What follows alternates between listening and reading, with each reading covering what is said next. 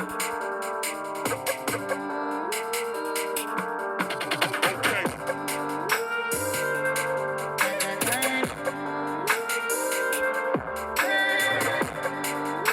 to the Mind Basketball Podcast, also known as M.O.B Podcast. I am Evan. And I'm Ja. And it's our basketball podcast where we recap, break down, and analyze players and teams from the previous games from the previous day. How was Wednesday afternoon, John? I'm good. I'm doing good as well. I hope everyone's having a good day. I hope everyone will have a good day. We're gonna try something a little different than we usually do in terms of our podcast. Instead of going straight into the basketball games from last night, we're going to go straight into the predictions for tonight's set of games. This might be a one-time thing, or this can continue. Who knows? We're just experimenting right now. So let's get into the predictions for tonight's set of games. Ja, first, starting off with the Raptors and the Wizards. Raptors. I got the Raptors as well. I'm not giving the Wizards a chance. Well, Russ was not playing, they might win. Yeah, sure. But no. The first primetime game of the doubleheader on ESPN, 7:30, features the battle of two players, one of which is right behind me. That will be linked forever. It is the Atlanta Hawks, led by Trae Young, up against the Dallas Mavericks, led by Luka Doncic. Who you got? I got the Hawks. The Hawks. I got the Mavericks. I don't think there needs to be a lot of defense in this game, so I got the Mavericks. The Pacers or the Nets. Remember, KD is still out. Pacers. I got the Pacers. They lose to the worst team in the league now. Not the way I faith in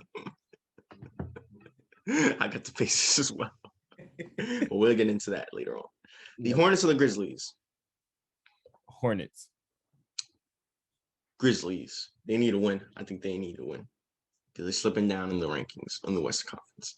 The Clippers or the Timberwolves? Clippers. Paul George is still out. Will be out for this game and I believe the next game, at least. The Pelicans or the Bulls? Pels as well. The Cavs or the Nuggets? Nuggets. And actually not and. The second doubleheader, the second game of the doubleheader on ESPN is the Milwaukee Bucks, led by Giannis, their reigning MVP, up against the Phoenix Suns. Who you got? I got the Suns. Get the Suns as well. And lastly, the rematch from the OT game from a couple nights ago. It is the Thunder up against the Los Angeles Lakers. Lakers as well. Hopefully AD is playing. But if he's not 100%, rest him. Yeah. You don't need to rush him. But all right. Now, let's get into the games from last night. First, starting off with, I guess, the most talked about game from last night. The Boston Celtics up against the red-hot Utah Jazz. Jaylen Brown did return for this game, and he had a big impact on this game as he was scoring at will, and he was the reason why they was in this game, and then came back to this game because they were down. Let's start off with the Jazz. They got off to a little hot start. Donovan Mitchell was cooking early. Yeah. Got out to a lead, and really much rolled with this. They roll with the lead. Rolled that lead up until the fourth quarter, where led by Tatum and Brown, because Kemba was really struggling throughout the game. Tatum and Brown really let them back to the game, got within 4 in that fourth quarter, and then Spider took over. Spider took over in just everywhere offensively. And, of course, the Jazz were able to stop the Celtics defensively, led by Gobert, of course, the $200 million man. But, yeah, Donovan Mitchell hit a 3, dropped Grant Williams, hit another 3, and then had 2 key passes to Gobert down low for easy dunks, which basically closed out this game. And the Jazz were able to win this game One 122 to 108. So let Yeah. me get your thoughts. Oh yeah, just like what you said, Jaylen Brown came back and he had a big monster first half. 20 points in that first half, was scoring at will, being aggressive. Like he scored most of the Celtics points in that first half. And then it was a close game because I remember they went into the break 47-48. And then the third quarter, it was just all Jazz. It was just all Jazz that third quarter, from threes to getting into the paint to the defensive end to transition points. It was just all Jazz. And then the fourth quarter hit. The Celtics start to find their rhythm, start to gain a run, but just like what you said, Spider is a different man. Like, he came up big in those closing moments and had some big clutch moments. And as a result, the Jazz were able to take this game. What's going on with Kemba? What's going on with Kemba? Well, I'm not going to use the injury bug as an excuse. I just feel like he's probably just taking a lesser role. And I'm not saying like in terms of he's reducing his star role. I just feel like he's trying to be more of a leader, knowing that the fact that he has two talented scorers on his team with Brown and Tatum. I just think that's what it is. I feel like when you have two talented guys like that who could score at will also at the wing position, it's just like, you defer to them because they're the younger ones. And like also you since you're the point guard, and a point guard's true position is to be the leader of the team and try to do all the other things in terms of how to carry the team and everything from a leadership position, then that's the reason why. I feel like it's just more of like, again, I'm not going to use the injury bug, but I feel like it's more a little bit of that, and mainly just because of knowing the emergence of those two guys, in my opinion. Well, I would understand that, but he's been inconsistent um back and forth in terms of games. He's had one good game, then another bad game, and sometimes he's not really shooting the ball well. Yeah. And I understand you saying, take the back seat to Jaylen Brown and Chase Tatum, but when he's not shooting well, they don't really win. Yeah. That's not really a back seat. That's him playing bad. I don't know. Sometimes it could be a slump. Again, sometimes it could be a slump, or just like you say, inconsistency. It's just like, it's difficult. Again, don't forget. Again, I'm not trying to use the injury as an excuse, but he did miss games, and I feel like I'm not gonna say because it's been a good amount of time he has been back in now, but he's still sometimes when you come off for injury, you still got to find your rhythm, right? Not everybody could just jump right in and be like a KD and just naturally play well. Like, it takes some time. And I feel like that's it. That's the thing. He's probably still trying to find his true rhythm on that team, even though he already has his established role on that team, though. I think that's what it could be. Okay, I'll see your point, but agree to disagree. Put a nail on that. Agree to disagree. As for the Jazz, let's talk about the Jazz. They are red hot, playing the best basketball by any team this season, and probably the best basketball we've seen them play in years. Yeah. In years. I mean, they have a top five offense, a top five defense. I think top five in threes. Top five in Donovan, threes. I think yeah, they're top number five. one. Number one. I know they got to be top three for sure. Well, I know they got to. fact check it in the edit. Cut this out. Yeah. But Donovan Mitchell has been playing remarkable over the past few weeks. Jordan Clarkson cementing his status as basically six man of the year runaway. Yeah. Gobert still dominant presence on the low post defensively, Yeah. being their best rim protector. Yeah. Joe Ingles, Bogdanovich, Mike Conley, we talked about him. I feel like he's more comfortable in this role, even though he didn't play last night. I feel like he's more comfortable in his role now. And they have just been on a roll. Quinn Snyder looking like he's about to win Coach of the Year. Yeah. If this keeps up. And they have won 16 out of their last 17. They're on a 5-game winning streak after being on an 11-game winning streak that was being snapped by the Nuggets. Yeah. They're 20-5. Best record in the West, best record in the league, their best start in franchise history, and their best start since the 1996-97 season. Yeah. That was the year they went to the finals, I believe. Yeah, that's the year they went to the finals, 96, 97. Yeah. Even though they lost to Jordan. But Everyone did. Everyone did. yeah. But yeah, you could see you see with this team is looking really good. I felt like correct me if I'm wrong, I feel like the streak of them having that kind of confidence and that feeling came when they beat the Pelicans.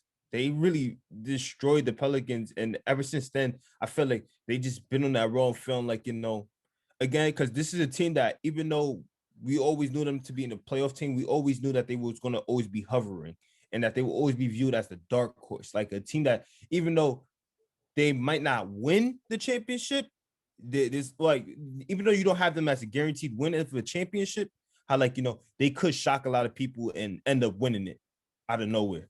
And I feel like that's how this team has always been. They always been like shocking people. They always been in the middle of the West, shocking people. But yet now they have everything well fitted for each other. They have the shooters, they have the playmakers, they have the defenders, they have everything connecting that's needed to be in this today's NBA in order to be a well successful team.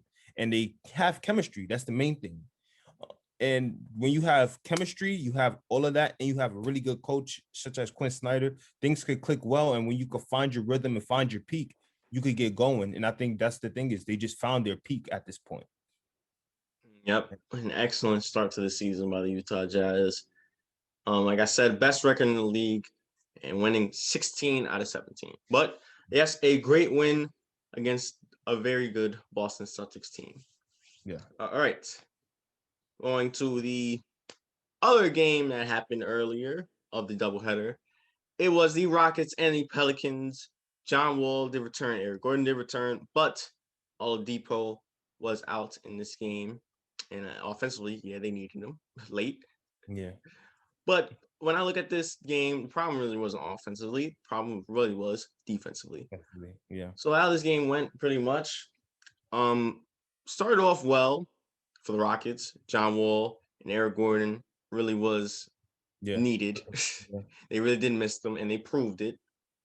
Josh Hart was like Dennis Rodman for some reason. Um, and the Pelicans was balling, but it was still a close game. Towards the end of the second quarter, Pelicans started, getting a little bit of steam. Then third quarter hit, started getting more steam, started separating that gap. And the Rockets really couldn't get back in. Yeah. Like they tried, they kept it within the 10, but they couldn't really get within like 5 and get really close. Yeah. Yeah. And then the fourth quarter hit and the Pelicans just took over. Yeah. Yeah. I would like to specifically pinpoint that second half. Like, just like what you said, the Rockets were able to keep it close, but then I think with the moment, I don't know if this happened in the last moment, the second quarter, or the beginning of the third, but all I know, it was the last second, the last part of the second quarter. The Pelicans went on a 17-0 run, in which they outed the Rockets within that short period of time before the halftime hit. And then all of a sudden, I felt like when that happened, the Rockets weren't able to recover really at this point. Because then it went from that to the Pelicans taking over from there. And even though, don't get me wrong, in the fourth quarter, the Rockets try to man back defensively. And they did do a good, actually, in the third quarter, they tried to man back defensively. But it's just like each and every time they tried to, and which they did a good job at, the Pelicans just always had a Answer. to score. Yeah, they just had an answer to just still score the basketball. And it's just like, just like what you said, even though they were able to use defense and everything and try to bring it into 10 points, they were never able to bring it into 5 points, because it was not just only defense also, but it was also rebounding. They couldn't really do well on the rebounding standpoint. And also they missed a lot of free throws. There's a good amount of free throws I saw missed in the game from them. Along with the fact that DeMarcus Cousins specifically, I felt like he wasn't being aggressive and wanted to go to the paint. He was being a little bit timid, which is surprising, because if we would never have said DeMarcus Cousins being timid to go into the paint or bully anybody. Well, I really want to go in the paint with that monster Josh Hart down there either. Jeez. I don't know what was up with him last night, but I mean, the man Yeah. is what, 6'5"? He's a guard, and yet he was just snatching every rebound. Yeah. 17 rebounds on the night, along with the 20 points that he had. Yeah. Told you it was the problem was defensively, they just could not stay stable enough defensively to put it within 5, along with the fact that DeMarcus Cousins kept shooting threes and wasn't trying to get into the paint. And also, what was it? They got out rebounded. They got out rebounded. So, Yep. The Rockets seems to can never be healthy. It's one. And the Pelicans with a great offensive display, a great rebounding display. Josh Hart with a great performance and a good win by this Pelicans team. basically. All right. There was a few other games, few interesting games that happened besides those two. So, Jai, anything that you want to talk about? Anything that you want to go over? For some reason, the Pistons seem to have a chip on it. Well, I'm not surprised. It's like you should have a chip on your shoulder when you're one of the bad teams. But Detroit basketball. basketball. Should we call them bad boys? Let me not. Sorry, let's not go that far. But as I was saying, let's just say this was the Pistons game for the taking. It's surprising because they went against a talented offensive Nets team, right? Well, yet the thing is, the Nets don't have no defense. And the Pistons not only have a chip on their shoulders, but they have good defensive players, along with the fact that, we always said the only way you could beat this Nets team is if they beat themselves. And they beat themselves. They don't get me wrong, it was one point in which they were able to bring it into a game where they were down by 3. So they have an opportunity to take the game and try to carry on momentum from there. But the Pistons just always had an answer on both ends of the floor. Jeremy Grant, just like how you always like to pinpoint, he's been having a really good season, an all-star caliber season. DeLon Wright, did I say his name correctly? DeLon Wright had a really good game. Yes, DeLon Wright. Yeah, DeLon Wright had a really good game. And it was just a good game overall by the Pistons because, the Nets just didn't seem like they could get much going, even when they got close. Kyrie and Harden still had good games, but it was just that fourth quarter was just all Detroit. Yeah. Embarrassing performance by the Nets. You should not need KD to beat the worst team in the league. Yeah. So, yeah. What else can you say? Bad performance by the Nets. Great win by the Pistons. I mean, they have a win over the Lakers. They have a win over the Nets. Yeah. Well, all right. Anything else? Another games you want to go over? The Sixers versus Kings. That was a really good game. The Sixers got into an early roll, had it going, and then the second quarter hit, and the Kings start to get into their rhythm and momentum, and they basically was able to have the lead for a good period of time. Yes, in that fourth quarter. Yep, all up until that fourth quarter, and then the Sixers being the number one team in the East, I believe, was just able to take that momentum and just carry along with it. And as a result, Steph Curry started hitting the threes, and then Joel Embiid started to go to work. And then, Ben Simmons actually had a really good game too, in terms of what he could do all around the floor. And as a result, the Sixers were able to take back the lead and also run away with this game. Yeah, I think the Sixers really went on a 13-2 run. Yeah. I mean, they had a really good game despite not being able to stop that man behind me. I mean, De'Aaron Fox had a hell of a game, 34-10. Yeah.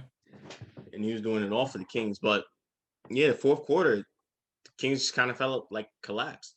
Yeah, they just fell apart. And, you can't blame the dude that was just behind you because, he was balling. He balled out. He's the closer of the team. But it's just you need other players at times too.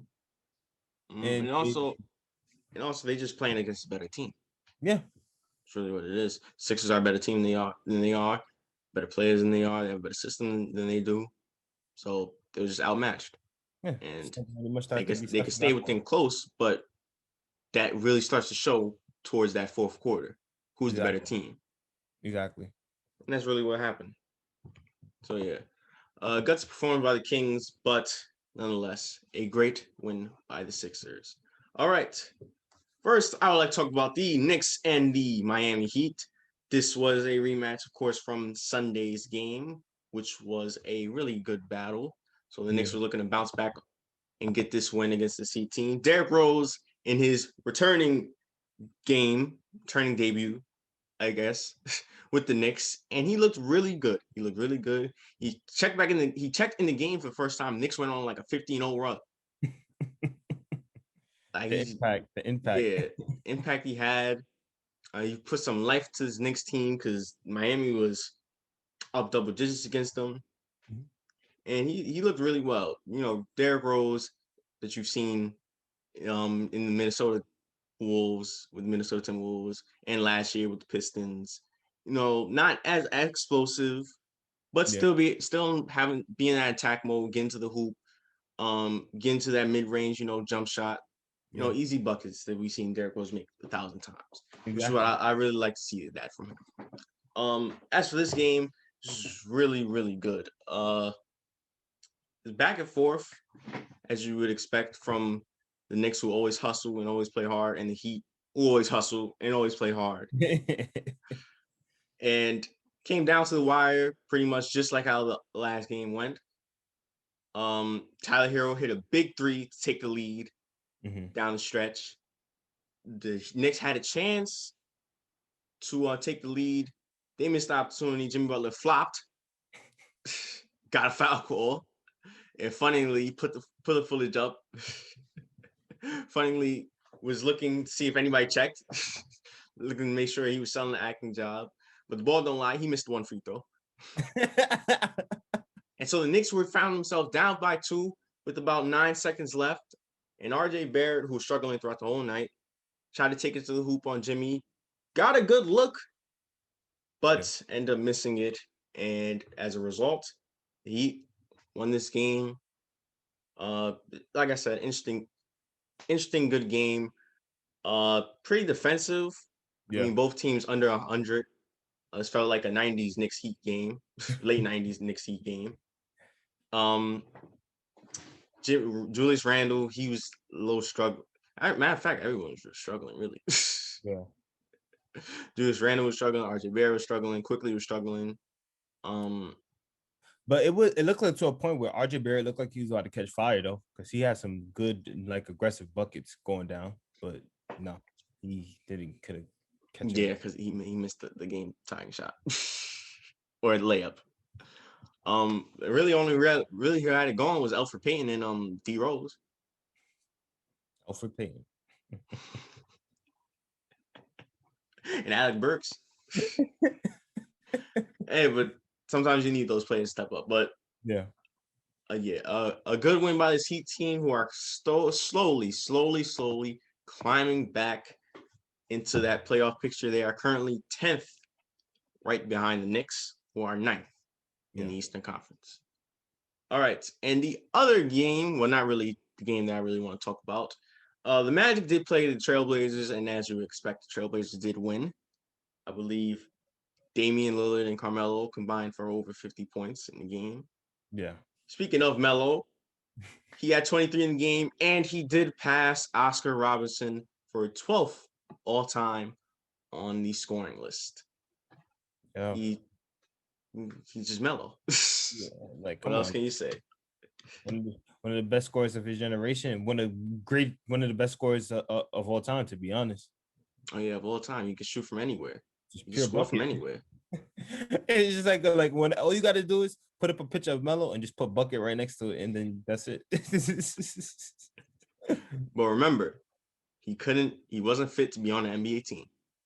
Yeah, that's what people made it to be. To be honest, he's supposed to be top 10 already. He's supposed to be top 10 already. Yeah, really, if he would play that one season that he missed.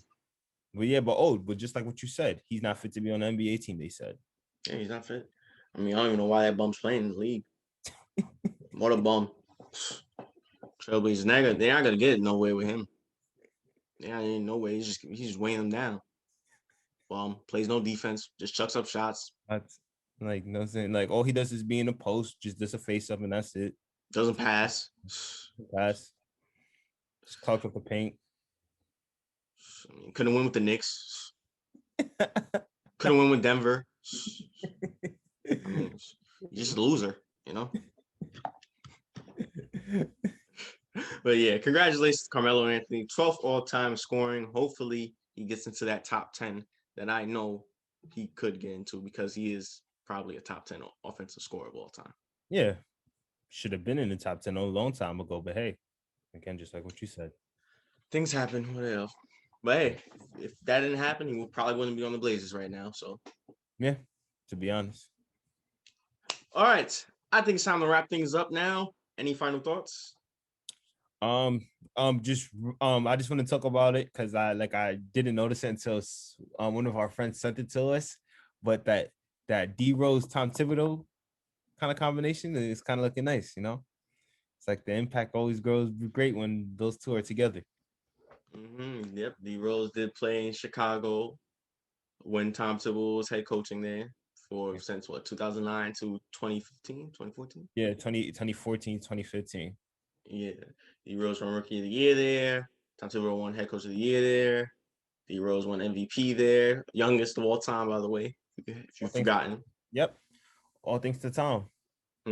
So yeah, the combination that they have and the coach player dynamic that they have was always great. So it's good. It's good to see them back together. It's good. It's good. Yeah. All right. With all out the way, and that being said, thank you guys for watching today's pod. Make sure you tune into tomorrow's podcast. Make sure you like, share, and subscribe. Also follow our IG down in the description below. And once again, I am Evan. And I'm Ja. And this was the Mind of Basketball Podcast.